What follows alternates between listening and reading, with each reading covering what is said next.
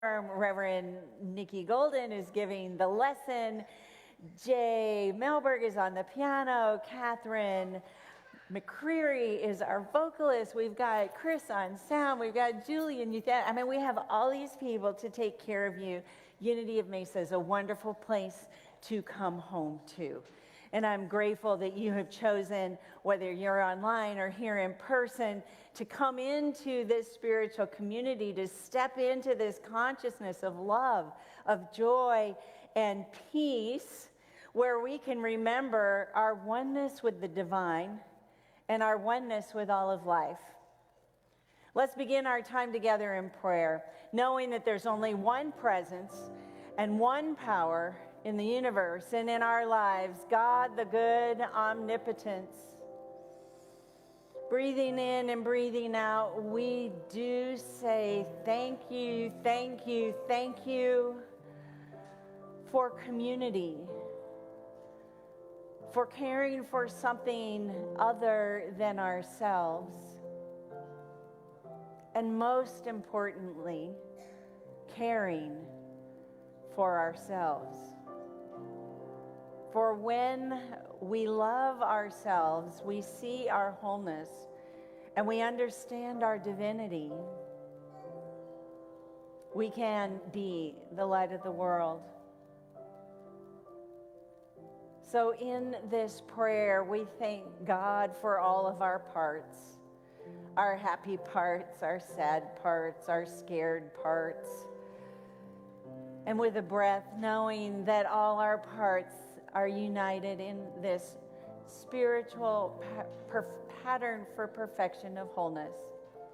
So it is, and so we let it be. Amen. Yay. We have a couple of announcements today. One of them is the bookstore is having a 25% off sale. And it's going to stop soon. You know how on QVC you've got 20 minutes to do it? Well, you have an hour and 15. And it goes till next week. But, you know, something might sell and then you won't have it. So just saying, you could go in the bookstore. Gong Night is on Wednesday. This particular Wednesday, we are super blessed because our very own Arn Richardson is doing the whole shebang. Everything. So thank you, Arn, for bringing your healing presence and those healing vibrations of sound. It is now mask optional. We clear away chairs. There are some, if you want to sit in the chair, great. If you want to bring a mat to lay down on the floor, great. Whatever you need to do to open yourself to this magnificent opportunity of vibratory sound healing. Oh, it's going to be phenomenal.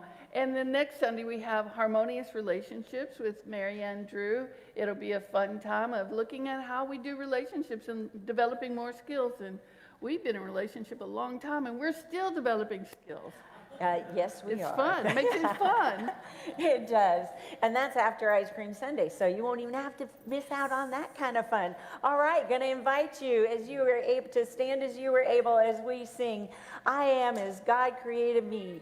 And this is Roar who's going to sing with us today.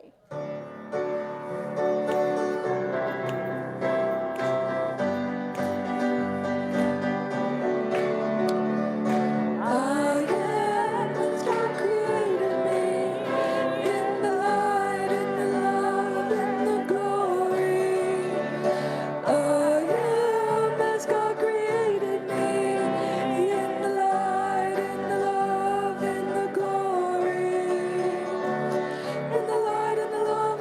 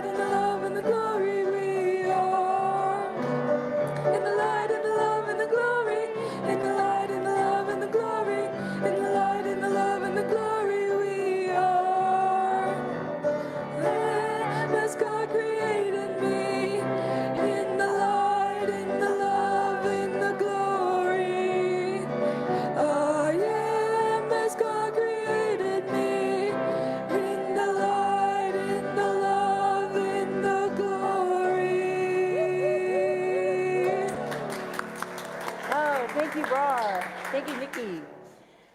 Every month, on the last Sunday of the month, we take a look ahead to see what kind of holy days or holidays or celebrations are going on in the world. And we do this because in unity, and this is what we consider our diversity statement to be, we believe that all people are created with sacred worth. We could just stop there. Our ministries and outreaches are inclusive and open-minded, free from discrimination on the basis of race, gender, age, creed, religion, national origin, ethnicity, physical disability, and sexual orientation. In other words, we are unapologetically inclusive. A very ancient holy time is called Holly Month, and it comes from the Celtic tradition. It follows the cycle of the moon, July 8th to August 4th. It's a time where the people recognize the value and the energy of the holly tree. I'm looking right at our person, Holly. Holly represents strength and protection. So very often they would plant a holly tree right near the front door or as near to their home as they could, because this tree would grow up, and not only was it an energetic protection, it would protect you in a lightning strike. Just saying. Just saying. The holly tree also invited people to remember that this was a good time to reflect on all the goodness that you have in your life. If you wanted to increase your physical strength, the Holly Month is the month to begin a new physical regimen. Just saying. It's also a time where if you were interested in bringing more prosperity into your life, you would take whatever money you had and held it up to the moon and repeated positive affirmations. Lots can happen between July 8th and August 4th. Ashura is a Muslim holy celebration. It's celebrated differently between the Shia and Sunnis, but basically it's to commemorate either the martyrdom of the grandson of the prophet, if you are a Shia, or if you're a Sunni, it's to celebrate the energy and the presence that Moses brought to persevering throughout his leading the people through the wilderness. July 24th is Pioneer Day. Many of our LDS neighbors celebrate that Joseph Smith made it to Utah, to the Salt Lake Valley, and they celebrate it with parades and all kinds of parties. Epagomenal days, I bet you never heard of those. Well, you might have. In the ancient Egyptian calendar, there were 360 days, and everything was developed on this quadrant of 360 days. But once a year, they added 5 extra days to their calendar, because that makes 365. Does that sound familiar? But anyway, so then they had this whole mythology about how the goddess Nut could not have a baby on any other day than one of these epagomenal days. And so that's when Horus was born, or Osiris, Isis, Nephthys, Set. See, some people knew it. Okay, so if you want to reach way back, the reason why I bring this up is because Egyptian mythology is really the birthplace of many of the Roman myths, the Greek myths, and the stories and facts that are in Judeo-Christian Bible. July 4th is our Independence Day. It's our 249th anniversary of the Declaration of Independence. The 11th is Rainier Cherry Day. Rainier cherries, I love them, and now I know why. They're a special hybrid. They have to be picked by hand because their skin is so thin, but I find them especially delicious. The 19th is National Play Day. So however you like to play, whether it's get in your pool or go for a hike or do yard work, find something fun to do on the 19th of July, and the 26th is the celebration of the Day of the Cowboy, those pioneering men mostly, but some women who came out through the frontier, the Great Plains and the American West, and developed a whole skill set with a code of ethics, Cowboys are amazing. Okay, that's it for diversity. We want to take a moment to recognize Julie Treglone, who in less than 1 year from now will become an ordained Unity minister.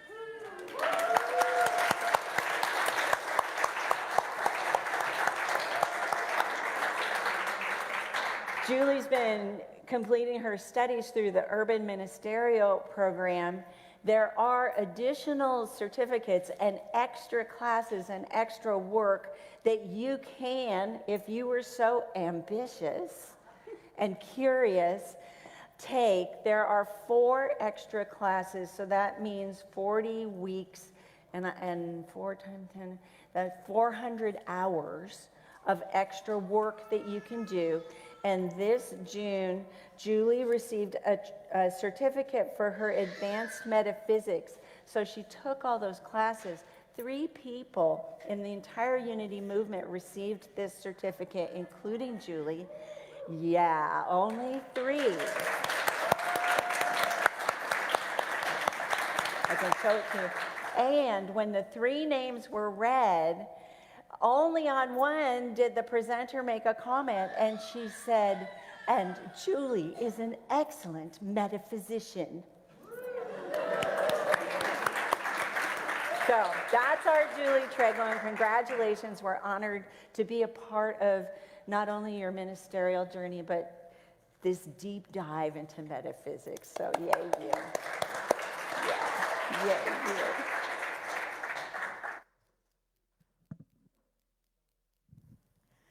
Oh, wow, thank you. And now I've got it. I've got the proof of my hard work. I would like to invite Ali up here. We're going to have our affirmation. Okay. I connect with all people through divine power. Please say it with me. I connect with all people through divine power.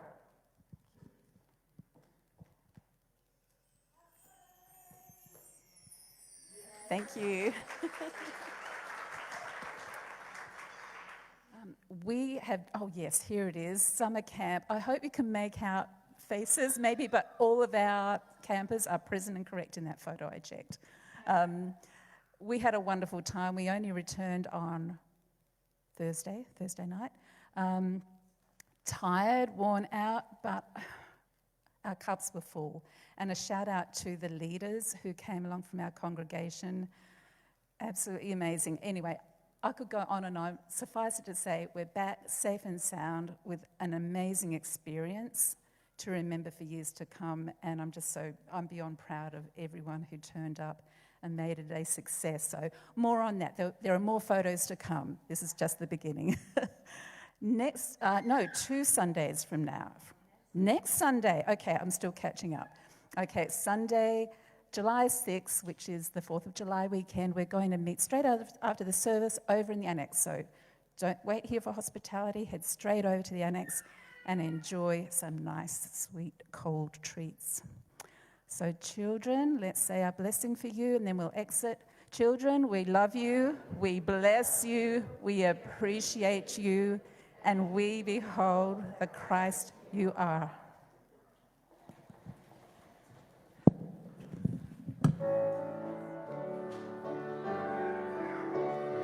You are the light of the world. You are the light of the world. You are the light of the world. Let your light shine. So let your light so shine. So let your light so shine.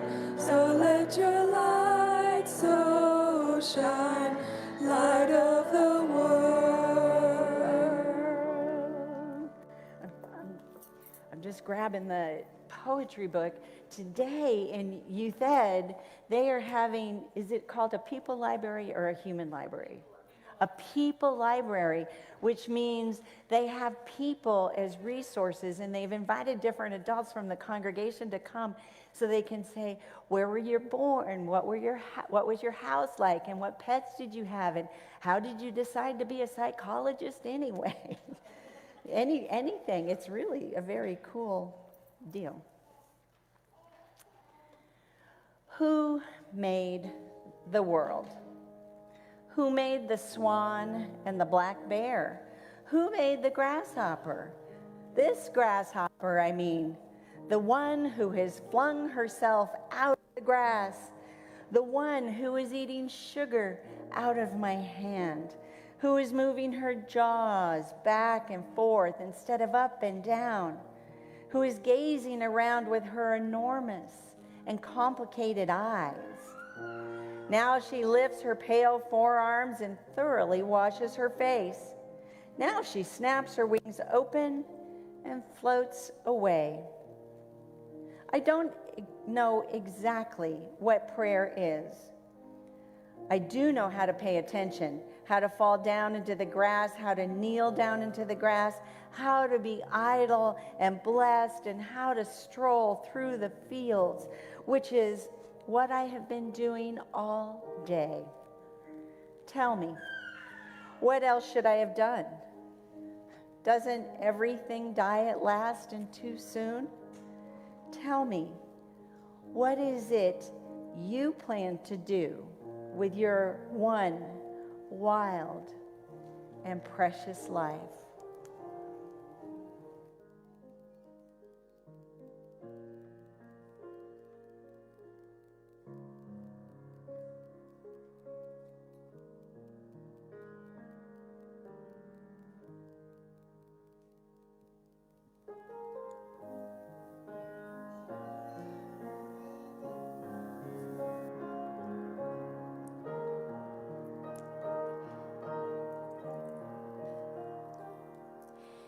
There are times in my life when I am stronger than I've ever been.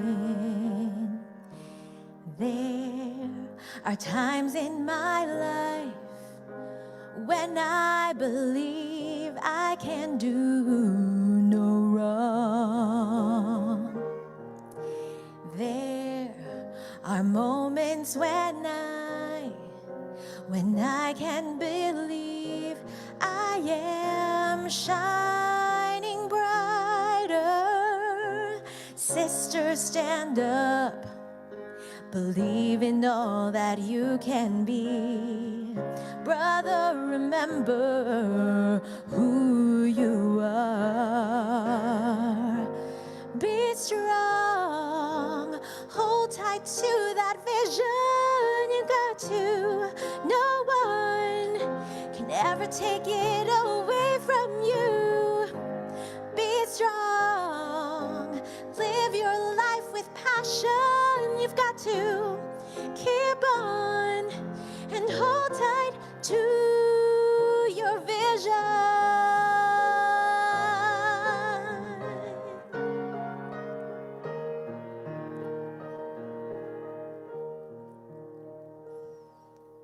There are mountains to climb, more songs to sing, and tears to be cried. There'll be moments of loss, moments of winning, a lifetime of love. If I just keep in my mind, without any doubt, that I'm flying higher. Sister, get up, believe in all that you can be. Brother, you've got to know. Be strong, hold tight to that vision, 'cause no one can ever take it away from you. Be strong, live your life with passion. and hold tight to your vision. This is your moment to rise up. You know the sun's coming out, your new life starting now. Can't keep you down, your spirit's rising. You be strong, hold tight to that vision, 'cause no one can ever take it away from you.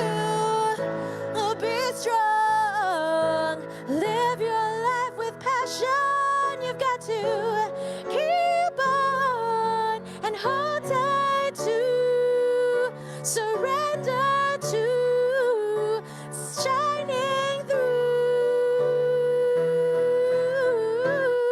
your vision, your vision. Hold on to your vision. Hold tight to your vision.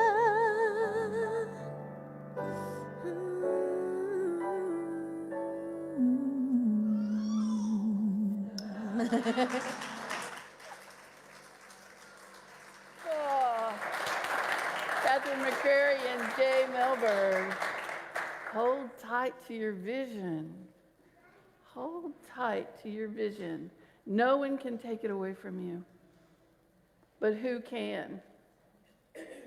Us, not me, but you. You can take your own vision away. Are you willing to be on your own side? Are you willing to stand up for yourself? Are you willing to be unapologetically you in the face of somebody else's decision that you should be different than you are? Have you ever had anybody come to you and say, hey, I think you should be different? People do it all the time. They do it all the time. This should be different. Oh, I didn't like this. I think you should change it because I didn't like it. And what do you decide? What do you decide? And only you can know what you decide. But when we are willing to stand in our truth, especially when we have gone into meditation and prayer and received our own inner guidance from Spirit and are willing to stand in our truth, then we can be on our own side. We can say, thank you for your feedback. Feedback is beautiful. Let it go on past you if it doesn't fit you. It's like an Aikido move. See you later, alligator. Just let it go. Or thank you very much. Carry on. I appreciate feedback. Sometimes I don't like it, but I do appreciate it. But I have an opportunity with all feedback to tune into myself and say, does that fit who I am? And each of us has that possibility. And when feedback is given such that it's you have to change, that's not really feedback. It's called manipulation and control. But only we can decide if we're willing to be controlled. That's an inner process. And sometimes that's a difficult process because we haven't always been taught to be on our own side. We haven't always been taught to have self-compassion. So take a moment and put your hand on your heart. And just in your own mind, first, smile at your heart chakra. Come home to yourself and say, I love you. Yeah, I love you. Yeah. How often do we come home to ourselves? Louise Hay has this beautiful work she calls mirror work, where she looks in the mirror daily and says, I love you. Well, not so much anymore, but maybe in the ether she's doing it still. But she looks at herself and she says, I love you. And she stands there in the morning until she can let the love come into her eyes. You know how sometimes people say, I love you, but it doesn't come from the eyes? Yeah. When it starts to come up through us from our very center, our very core, from that solar plexus or that Dantian area within us, and it comes up through us and it comes out our eyes, then we are centered and grounded in love, and it's coming. And you can feel a difference. I can feel a difference. So what we're really talking about here is, how do I learn to have self-compassion? Self-compassion has three, it's hard to see the red one. Self-compassion has three components: self-kindness, a sense of a common humanity, and mindfulness. Self-compassion. When you made mistakes as a little kid, were you told, oh, you're in the process of learning, you'll get it right next time? No, nobody said that to you as a little kid? I'm not surprised. But this is where we get the idea that self-compassion means we have to be really, really hard on ourselves. That we have to practice the cultural idea of no pain, no gain. Kristen Neff, who's done a lot of research on self-compassion, says that the biggest obstacle to self-compassion is that belief that we must be hard on ourselves in order to change. Now, has it worked for you? It hasn't worked for me either. It's not the way we change. All it does is it disconnects us from our sense of self. And the moment we're disconnected from our sense of self, we are disconnected from our idea that we are one, or what you can't hardly see here, that's called common humanity. The moment we're not connected to ourselves, we have disconnected from God. Now, it's not God who has disconnected from us. It's not the divine within us that's disconnected. It is us. We have made that choice. Just like no one can take our vision away, we have made a choice when we're not connected to ourselves. And we're seeking love because we really want to belong. That what happens is we give away ourselves instead of stand in our own willingness to be a little bit different from somebody else. I grew up in a family where I was always different from somebody else. I'm kind of used to it, but I don't always like it. Sometimes I wish my brothers and I were more alike, and it's not true, and it's probably not going to happen. So what we've had to do is find ways to bridge those differences. And when we're actually in self-compassion, then we have a way to bridge those differences. We find it from within us, because when we are truly practicing self-compassion, then one of the core is that sense of common humanity, that sense of oneness, that sense of connectedness that we have with each other. And I can look at you and say, wow, somewhere in me is that also. It's there. It's also there. Am I willing to love that part of me? Come home first. Am I willing to love that part of me so I can also extend love to you? We are love. And the moment we come out of that sense of lovingness, we are going to be uncomfortable in our own skin. We're going to be uncomfortable in our minds.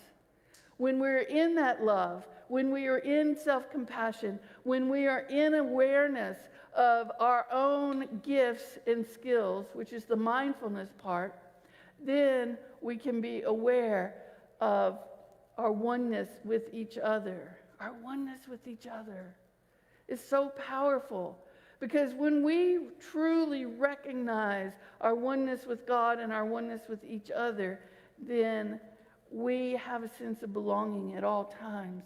And there's not a feeling of aloneness. Do you ever have that feeling? I feel alone in the world. When we are connected that deeply, which is always available to us, it's in the ethers. The presence of God, Charles Fillmore called it substance, is always within us. We have to open up our hearts and minds enough to allow it to pour through us. Personally, I like to imagine it as a waterfall. That substance of God is a waterfall, and I am standing full force under that waterfall and really just soaking it in, because that energy, we know from the new science now that everything is energy. That energy is always pouring through us. Are we available to it? And when we're available to it, it is ours simply by being present to it and that availability. Proverbs says, above all else, guard your heart, for everything you do flows from it. Now that might sound odd to say guard your heart, but when we are cognizant, when we are mindful of what we're allowing into our hearts and what we are sending out from our hearts, then that guarding of our hearts helps us to know, are we in alignment with divine nature or not, our own divine nature?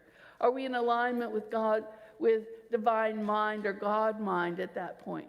When we're guarding our hearts, we're going to be more careful about what we are engaging in at times. I used to love Patricia Cornwall mysteries. I used to love Criminal Minds. And I started listening to Abraham Hicks. And I started having the thought, oh, what am I putting into my mind and my heart? Because if it's going in our minds, it's possibly going in our hearts. And I, one day, was sitting in my bedroom, sitting on my bed. I was reading. And I had this, oh my gosh, somebody just walked through my kitchen into the other bedroom. I mean, I really had that sensation and that feeling. And I thought, oh, I am watching way too much TV and reading way too many books that are giving me a sense of murder and mayhem and how awful people can be. And at that point, I made a conscious and clear decision to start looking at and being mindful of, what am I listening to? What am I reading? What am I watching on TV? And to start to make some changes. And the moment I started to make some changes, I began to see the effect of it. I was less fearful in the world. I was less scared of what other people were going to do and say. I started finding my own power more fully in the world. And if I can do it, you can do it too. And we live in a world that's got a lot of chaos in it right now. That's what seems to be real for us. But the truth of us, the capital T, absolute truth, is even in the midst of that chaos, there is goodness, because God is always present in everything. So when we are mindful, when we are self-compassionate, when we are guarding our hearts, we can also begin to look for that good. The second piece of Proverbs, remember, Proverbs is what's called wisdom literature in the Hebrew Scriptures. Its purpose is to give us some ideas about how to live. The second piece is grow a wise heart. You'll do yourself a favor.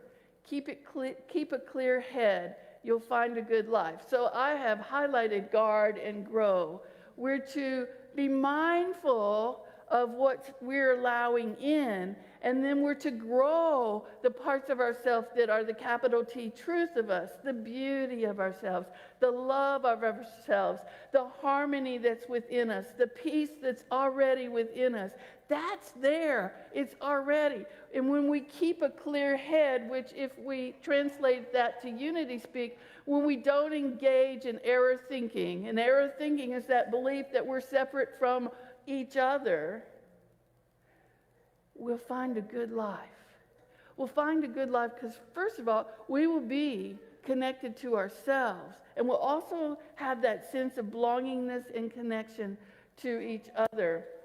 Kristen Neff goes on to say, if you're continually judging yourself, criticizing yourself, or trying, and this is the key word here, to be kind to others, you're drawing artificial boundaries and distinctions that only lead to feelings of separation and isolation. Do you ever judge yourself? Do you have a critical voice? What's the key phrase of that critical voice? I'm not going to ask you to say it out loud, but think about it for a moment. Do you recognize when your thoughts are critical of yourself? For some of us, at some times, it's so habitual, and it's been happening for so many years of our lives that we're unaware. We're unaware that we make a mistake and say, oh, what's wrong with me? Do you ever say that? What's wrong with me? There's your critical voice. You may have your favorite critical voice, but that's a critical voice. What's wrong with me? I'm not good enough. Mindy does it better than I do. All of those things can come through our heads. Does it make it true? No, it's a thought. And what we know is a thought can be changed. But when we're willing to be self-compassionate, when we're willing to engage in self-kindness, when we're willing to recognize that we're connected, even if I think I'm not as good as you, I'm still connected to you. And if I can see a quality within you that I don't think I have, I'm just not seeing it within me. I'm going to say that again to you. If I can see a quality in you that I don't think I have, then I'm not seeing that quality within myself. If I think you're beautiful and I don't think I am not seeing the beauty that I have. It might be my own unique kind of beauty. It's different from yours. I don't have wonderful curly hair. But there's something within all of us that wishes we were different. And if we could love that part of ourselves, if we could be kind to that part of ourselves, then we would begin to build a bridge over those feelings of isolation and those feelings of separation. But we have to do the work to do it. Jesus taught, love your neighbor as yourself. Whoever wrote it down, I think, could have written it the other way. Love yourself, and your neighborly love will come. When we love ourselves, it's so much easier to love each other. And in Genesis, we're told that we're created in the image and likeness of God, that we are divine. So if we are truly divine, what part of us, or why do we begin to criticize ourselves? If we're truly divine, what part of us is being critical? What part of us is telling us there's something wrong with us, that we should have done it better, that we could have done it better? And what would we do if instead of criticizing, because do you ever do this? You have a critical thought and then you criticize the fact that you've had a critical thought. And then you criticize the fact that you've had a critical thought and had another critical thought, and here comes another critical thought, because what we focus on expands in life. And so we can get a whole river of critical thoughts moving through us. But it takes just a moment to be mindful enough to be aware that we're thinking critically about ourselves, and then to interrupt that pattern. Just to interrupt that pattern. Or we might talk to somebody who's loving and kind and caring to help us interrupt that pattern. In a monastery was a young monk. His name was Tenzin. And he was struggling with meditation. He would sit on his pallet to meditate, and what would happen in his head was he would start thinking of all the things in the world that were making him angry. He would start to think about all the people that he didn't really like. And he would be critical of himself, and he would start to be critical of other people. Well, they didn't sit right, and they didn't do this right, and they didn't do that right. And he noticed these thoughts, and he was very upset about himself for having those thoughts, because he felt like as a young, new monk, he should be pure of thinking. So he did what many people do. He went to talk to his teacher. And he told his teacher what was happening, and the teacher was quiet for a while. And then he said, "Come with me." Totally unknown. So now Tenzin has not only revealed himself, but he's living fully in the unknown. Where are they going? So they take a long walk, and they go down to a lake. And in the lake, there's this beautiful lotus growing. And the teacher says, "What do you see here?" And Tenzin says, "There's a lotus." "Well, what's surrounding the lotus?" And Tenzin says, "It's mud." And the teacher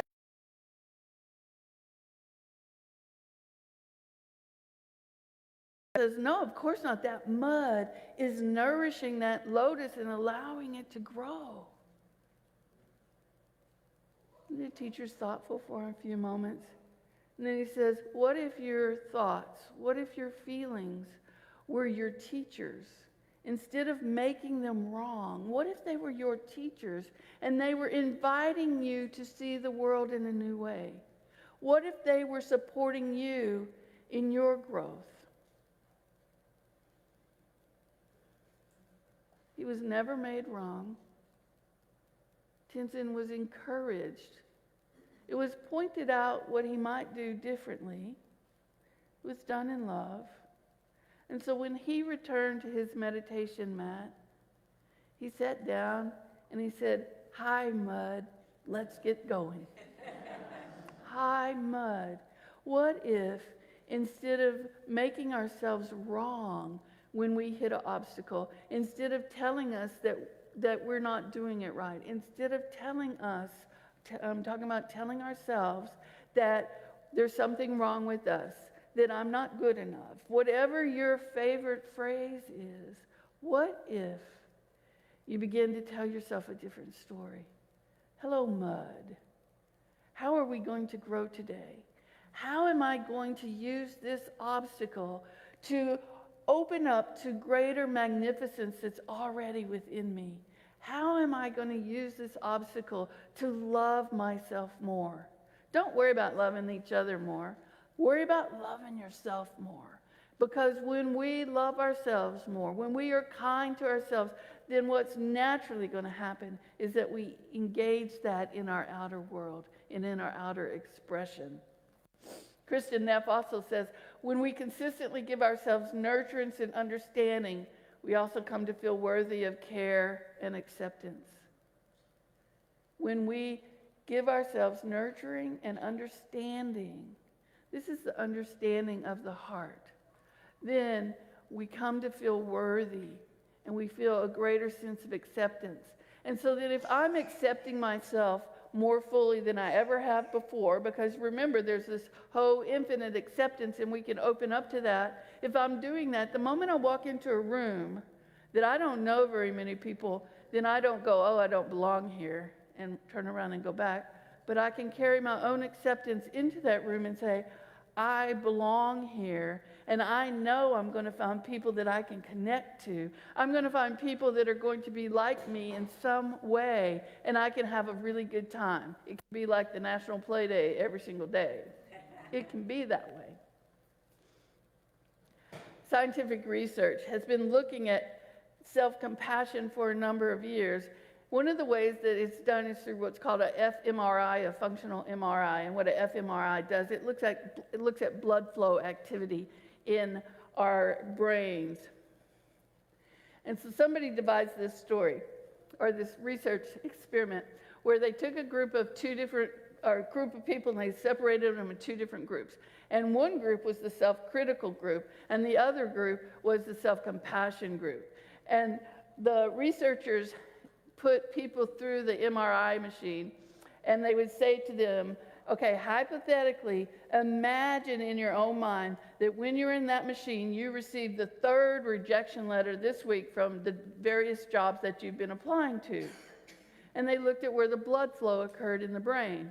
The other set of subjects or research people were people in the research project.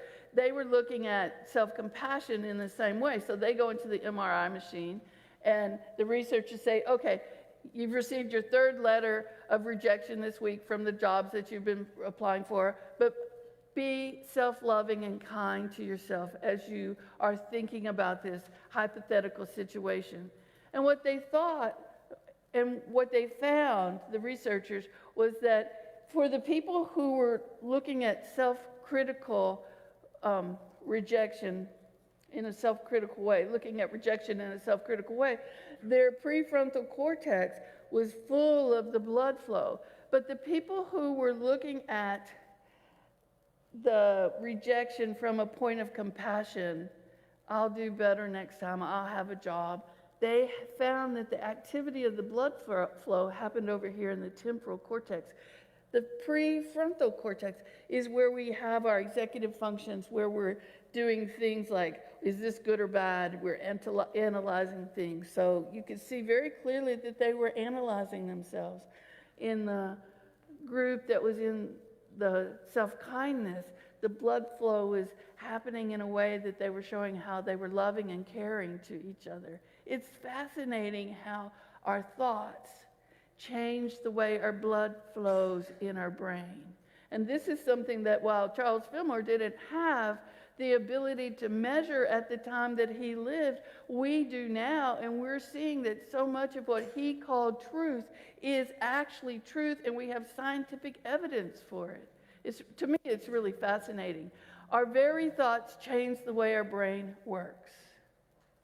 Our very thoughts. And so when I think, oh, there's something wrong with myself, I have engaged blood flow here in my brain. When I say, oh, you know, everybody has some challenges, just like me. And I know how to navigate those challenges because I have a spiritual toolkit that I can use. I have simply changed the blood flow. I've also changed my heart. I've changed my heart in that I'm going to be far more loving and caring toward myself, which means it's also going to show up outside. Martha Smock, Unity Writer, says, freedom is yours, but you must realize it and claim it. We have to do the work. It works when we work it. It works when we decide and make the conscious choice to be self-kind and self-compassionate. There's nothing that can limit or bind you, for in truth, in spirit, you are free, unfettered, and unbound. We could take these words and we could simply shift them to self-compassion. Self-compassion is ours, but we must realize it and claim it. There's nothing that can limit or bind us, for in truth, in spirit, we are free, unfettered, and unbound. So the next time that you feel like you're not free, that someone else, even yourself, is binding you up, open up to that. Freedom is mine. I engage in self-compassion. I engage in self-love. And I'm going to realize it, and I'm going to claim it. I'm going to be aware of what I'm thinking and feeling, and I'm going to make the shift because I know the truth of myself. And this is it. I love and approve of myself. I choose to let go of the self-critical thoughts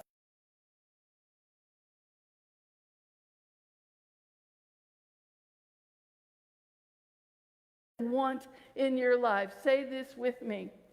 I love and approve of myself.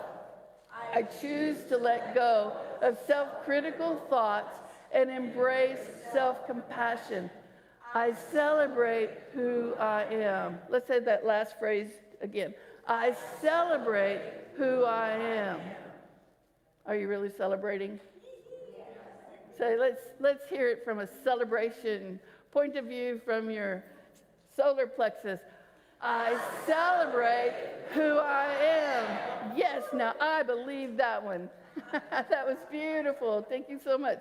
Let's begin to take these ideas and these words into meditation, into loving ourselves, into being a part of that amazing divine love that's always pouring through us.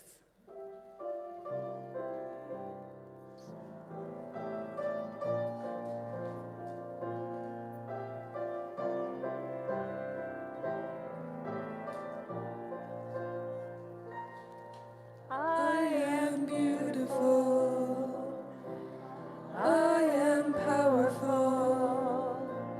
I've let go of my past and celebrate who I've become. I am beautiful. I am powerful.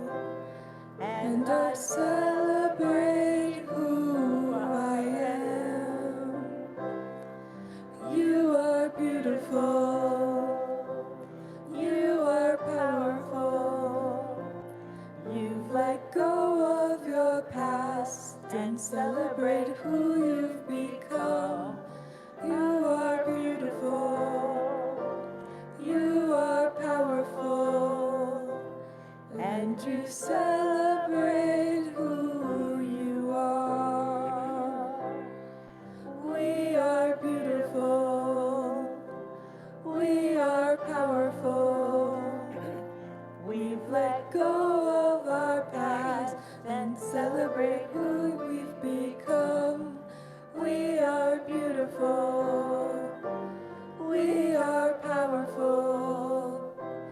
And we celebrate who we are.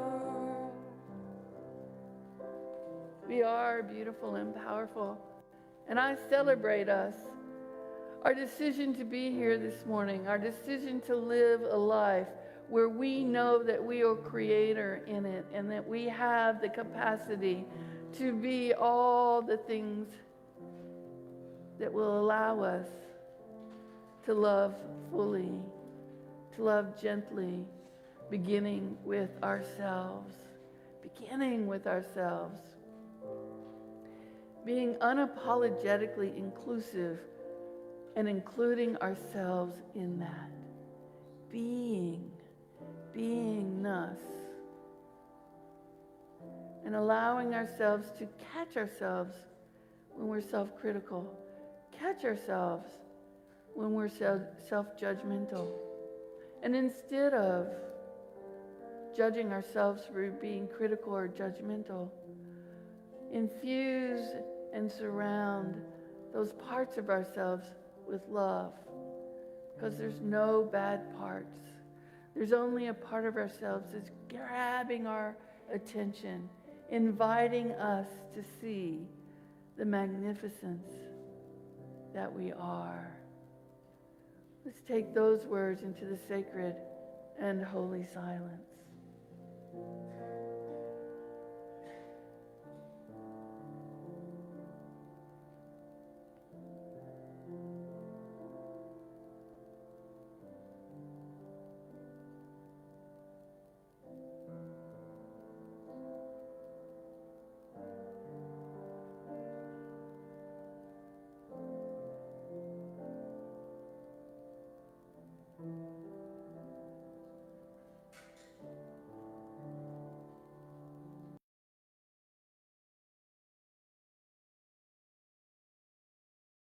You are beautiful, and you are powerful, and you're worth celebrating. It begins with you. It begins with me. It begins with us making a clear and conscious choice to guard our hearts from outside opinions that are not in alignment with us, and to grow our hearts in ways that we truly are living in our divine nature, that we were living fully in our magnificence, that we are coming to each day excited and joyful, and that we are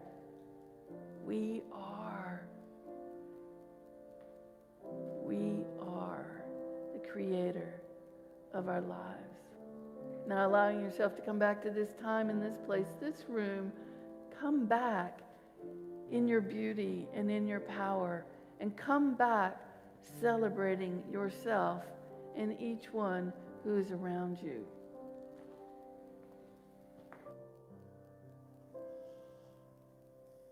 Beautiful. Thank you again for the reminder. When you walked in this morning, back there, there's a jar of gratitudes that you could write down a comment. And I have 3 of them that I'm going to share with us as we're getting ready for the offertory. Green. Here we go. I'm grateful for love and caring.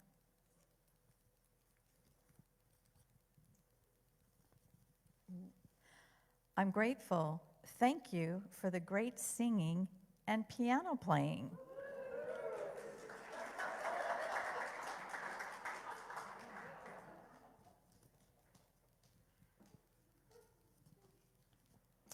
I'm grateful for prosperity and abundance and love.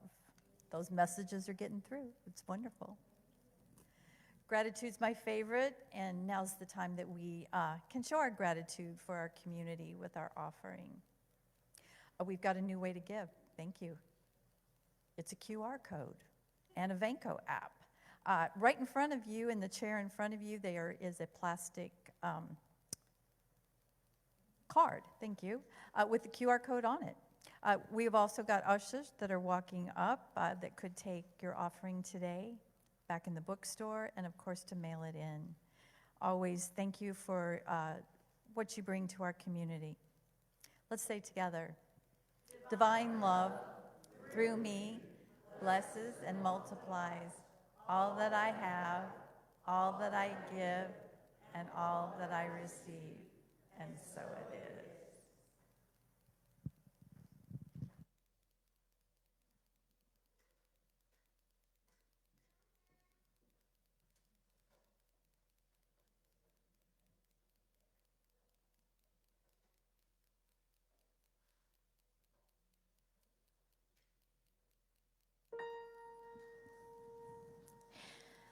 I want something to shout about, something to spin me around, something mysterious, something miraculous, earth-shaking, life-changing, cosmic, profound. I want something to make me someone I never was, something to shout about, whatever it does. I want something to shout about, something to make me go, wow. Something so powerful, something so true, it'll change who I am and undo what I know. I want something to stun me, to fill me with fire and viz, something to shout about, whatever it is. I wish I knew. I have no clue, but I am sure I'll know it when I see it. I triple guarantee it. Some days I am in doubt about whether to get up or not. Nothing entices me, nothing amazes me, unless it's scripted and I'm in the shot. I have nothing to pout about. Listen to me, gee whiz, but God, I want something to shout about, stand on my head about, drag the flag out about. I want something to shout about, whatever it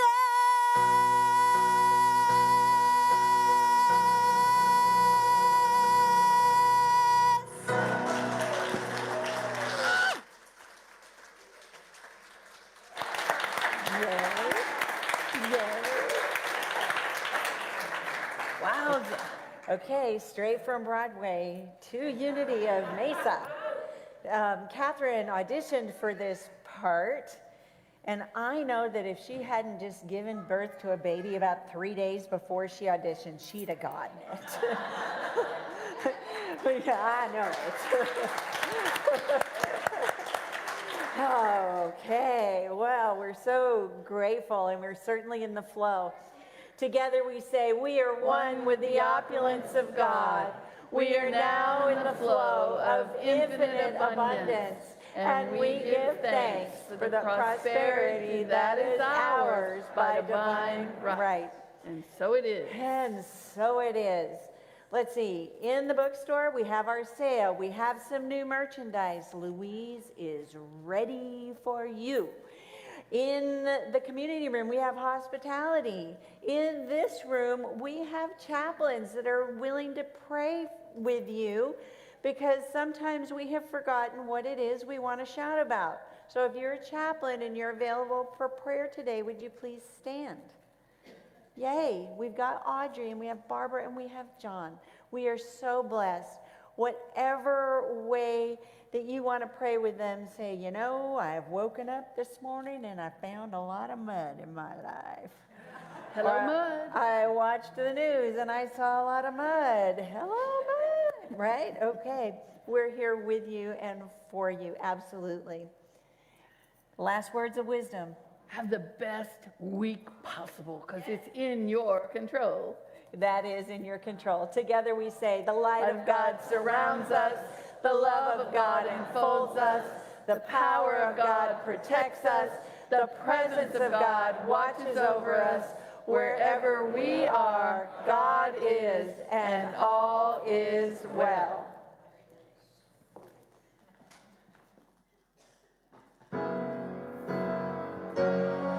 I have nothing to pout about. Listen to me, gee whiz. But God, I want something to shout about.